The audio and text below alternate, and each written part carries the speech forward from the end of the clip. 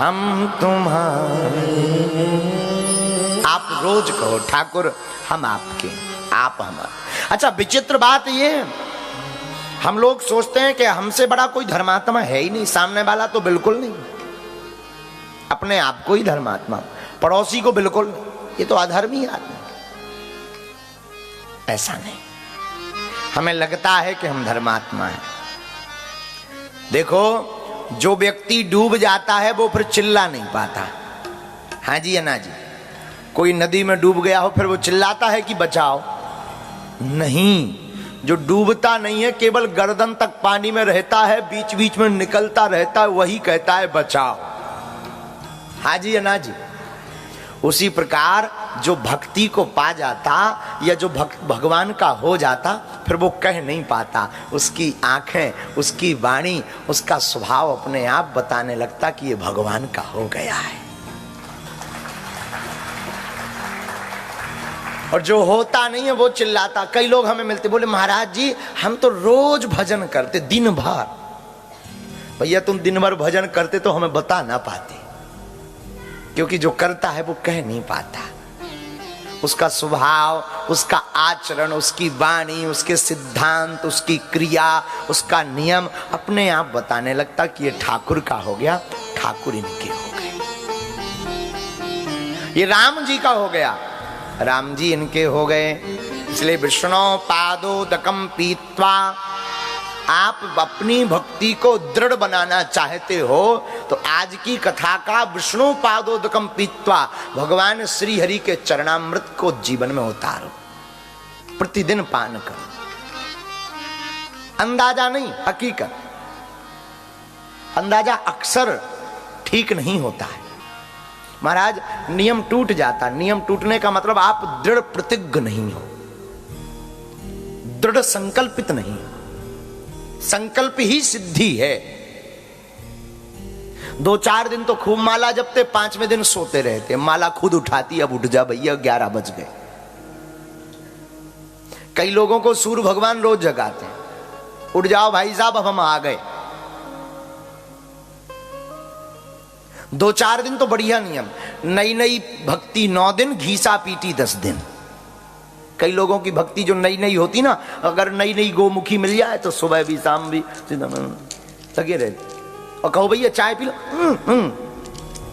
9-10 दिना तो बढ़िया, 11वें दिन पतो चलो कि माला गोदरेज में लॉक है। फिर दूसरी बात। हाँ, इसलिए याद रखिए, दृढ़ प्रतिज्ञ बनो। दृढ़ प्रतिज्ञ जानते हो? दृढ़ संकल्पित। डिगो मत, तूफान आ जाए, आंधी आ जाए, अरे हम कहते भैया भूकंप आ जाए, अपनी माला ना जाने पाए। वृंदावन के एक संत हुए पूज्य श्री रास बिहारी जी। वैसे नाम उनका कुछ और था,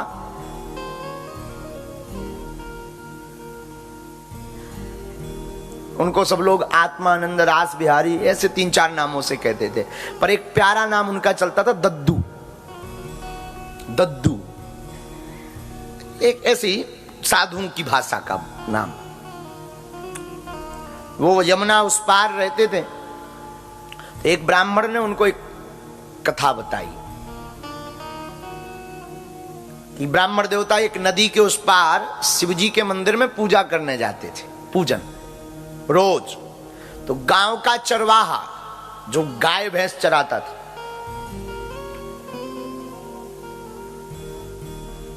वो रोज देखता था कि पंडित जी मंदिर में जाते हैं और फिर लौट आते हैं। तो उसने एक दिन पूछा कि आप मंदिर में जाकर करते क्या हो? तो पंडित जी ने मुस्कुराकर कह दिया, पूजा। अब वो गांव का चरवाहा, गाय भैंस चराने वाला व्यक्ति, अंगूठा छाप, पढ़ा लिखा तो था नहीं, उसे लगा पूजा का मतलब पूजा। वो पिटाई को ही पूजा मानता था, उसे ज्यादा ज्ञान तो था नहीं, तो वो पिटाई को पूजा मानता था। उसने कहा कि इससे क्या होता? बोले इससे भगवान प्रसन्न होते हैं। अच्छा नियम क्या है? नियम कुछ नहीं, एवरीडे करनी चाहिए, रोज, प्रतिदिन, अनवरत, लगातार। उस गांव के चरवाहे ने संकल्प कर लिया कि अब हम भी रोज पूजा करेंगे। तो जो आचार्य थे, पुरोहित थे, पंडित जी थे, वो तो जाते थे तो भगवान को स्नान कराते, तिलक, चंदन, माला, पुष्प, दीप, नैवेद्य, अगरबत्ती, वंदना, स्तुति, स्तोत्रम आदि आदि से भगवान की पूजन अर्चन करते थे। और ये जाता था, जैसे ही पंडित जी बाहर निकलते थे तो ये अंदर जाता था, तो एक लकड़ी लेकर जाता था और दे सुटाई, रोज 4-5। एक बार बरसात हुई तो नदी में पानी आ गया, बाढ़ आ गई। तो पंडित जी ने सोचा कि अब बाढ़ बहुत ज्यादा है, भगवान हमको माफ करना, हम आज नहीं आ पाएंगे, कल पूजा करेंगे। तो वो पानी के नदी को देख करके भयभीत हो गए और पंडित जी ने दूर से ही प्रणाम किया, अब राम राम है, अब हम वापस जा रहे हैं। लेकिन वो गांव का चरवाहा आया, उसने देखा नदी में पानी है पर पूजा तो करनी है, बाढ़ है, बहुत पानी है, पर पूजा नहीं त्यागनी है, पूजा छूट जाएगी, भगवान रुष्ट हो जाएंगे, भगवान प्रसन्न नहीं होंगे, भगवान कृपा नहीं करेंगे। तो वो आई हुई नदी में बाढ़ के पानी में कूद गया और जैसे तैसे बहुत दूरी पर ठिकाने लगा। उसको किनारा मिला, लकड़ी मिली, उस पेड़ को पकड़कर, लकड़ी को पकड़कर पार गया, फिर पैदल चलकर मंदिर तक आया और मंदिर तक वही उसका रोज का नियम, उसने अपना वो उठाया डंडा और जैसे ही लगाने ही वाला था कि शंकर जी प्रकट हो गए। भगवान प्रकट भय, बोले बस भाई मांग क्या चाहते हो? तो बोले अच्छा एक बात बताओ, आज के दिन आप सबको दर्शन दे रहे क्या प्रत्यक्ष? रोज तो मूर्ति मिलती थी, पिंडी, शिवलिंग। तो शंकर जी ने कहा नहीं नहीं नहीं, आज स्पेशल तुम्हें दर्शन दिए। तो उस गांव के चरवाहे ने पूछा कि हमें स्पेशली क्यों दिए? बोले जो दृढ़ संकल्प तुम्हारा था वो उन पंडित जी का नहीं था, उन्हें भरोसा नहीं था कि अगर हम नदी में कूदेंगे तो बचेंगे या क्या होगा। उन्होंने कहा कि कल पूजा करेंगे, लेकिन तुम्हारी प्रतिज्ञा थी कि पूजा ना टूटने पाए, प्राण भले ही छूट जाएं। तो भगवान ने पिटाई को भी पूजा स्वीकार कर लिया। जिसके अंदर दृढ़ प्रतिज्ञता होती ना, जो दृढ़वान होता है, जो संकल्पवान होता है ना, वो प्रभु को पाता है। 4-4 दिन माला जप ले, 5वें दिन सोता रहे तो भगवान को नहीं पाओगे। अनवरतता, निरंतरता, अंग्रेजी में कहते हैं रेगुलर। एक भी दिन अब्सेंट नहीं। एक उदाहरण से समझा के हम कथा तुम्हें सुनाएंगे। एक उदाहरण, बहुत विचित्र उदाहरण है, पर प्रायः सबकी समझ में ये उदाहरण आएगा। आपने गांव के लोग तो देखे ना, गांव की बारात देखी है ना। अच्छा, बारात में तो सब प्रकार के लोग जाते हैं शादी में, ये वाले भी जाते हैं ना, पीने वाले, पौआ, हाँ जी या ना जी, कुछ यहां भी हैं, है ना। अब उसमें संदेह क्या है? तो गांव की जब बारात जाती है ना, तो जितने भी बाराती जाती है वो प्रायः नए युवक, बूढ़े भी जाते हैं, पर ऐसे लोग जाते हैं जिन्हें उस गांव के बारे में पता नहीं होता, न मकान के बारे में, न गांव के बारे में, न शहर के, जहां बारात जानी वहां के लिए। तो पीने वाले पता है क्या करते हैं? पीने वाले गाड़ी पर बैठने के पहले रुपया डालते हैं, रुपया भी अलग अलग, ये पौआ के लिए इस जेब में, बगल वाली जेब में डीजल पेट्रोल के लिए, तीसरी वाली जेब में भोजन के लिए, निछावर के लिए। वो तीनों जेब पहले से ही सेट करके चलते हैं। क्यों? क्योंकि उनका लक्ष्य है जैसे ही हम वहां पहुंचेंगे तो सबसे पहले, बाकी काम बाद में, क्योंकि जब तक वो पीते नहीं तब तक उनका नागन डांस भी नहीं निकलता ना। हाँ, तो उनकी संकल्प, उनकी दृढ़ता रहती है कि हम गाड़ी पर बैठेंगे, वहां उतरेंगे और सबसे पहले क्या करेंगे। तो वो कहां से संकल्प करते? घर से, सजावट से। सजावट यानी कपड़े तैयार हो रहे हैं और मन में वही लग रहा कि जैसे ही जाएं तैसे ही मिल जाए। अब वो गाड़ी में बैठे हैं और यही सोच रहे काश जल्दी पहुंच जाएं और जल्दी से उतर के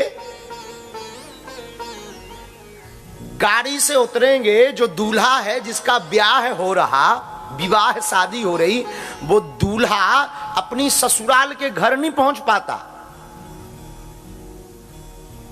लड़की वालों के घर नहीं पहुंच पाता, ये पीने वाले नई जगह पर बिना पता किए ढूंढ ढूंढ कर टुन्न होकर पहुंच जाते हैं। क्यों? क्योंकि इन्होंने चलने के पहले ही संकल्प लिया था कि जाते ही सबसे पहले।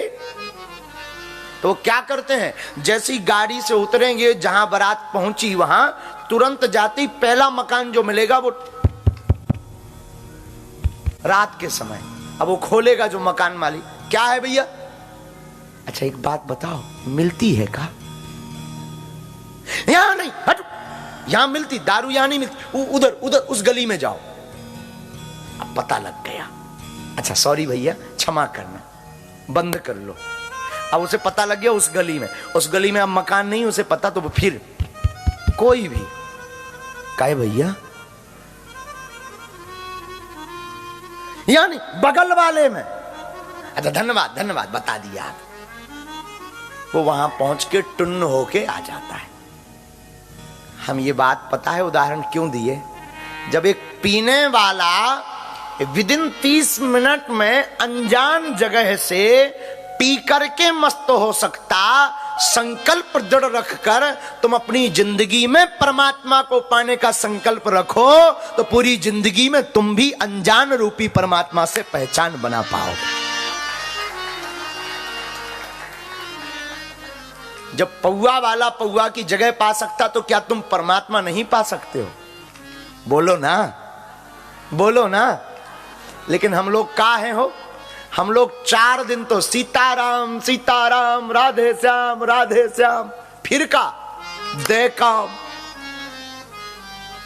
10 दिन आराम, 4 दिन सीताराम। नहीं, अनवरत सीताराम जपने के लिए तुम्हें मंदिर नहीं जाना है, सीताराम जपने के लिए तुम्हें कथा में भी नहीं आना है। तुम जहां जो काम कर रहे, ऑफिस में बैठे ना, कंप्यूटर चलाओ, लैपटॉप चलाओ, सीताराम गाते जाओ। बिजनेस करो और क्या करते जाओ, सीताराम। कुछ अलग नहीं करना, तुम्हें भूखे नहीं मरना है। तुम सोचो महाराज सीताराम सीताराम करेंगे तो हमारे बाल बच्चे कौन पालेगा, लुगाई भग जाएगी अगर रुपया नहीं होगा तो। नहीं नहीं नहीं, कुछ नहीं करना, तुम जो कर रहे वो करते रहो, बंद नहीं तुम्हें करना है। लेकिन हाथ में माला हो और मुख पर गोविंद का नाम, राम का नाम हो, काम भी हो जाएगा, भजन भी हो जाएगा, सफलता भी मिल जाएगी और राम भी मिल जाएंगे।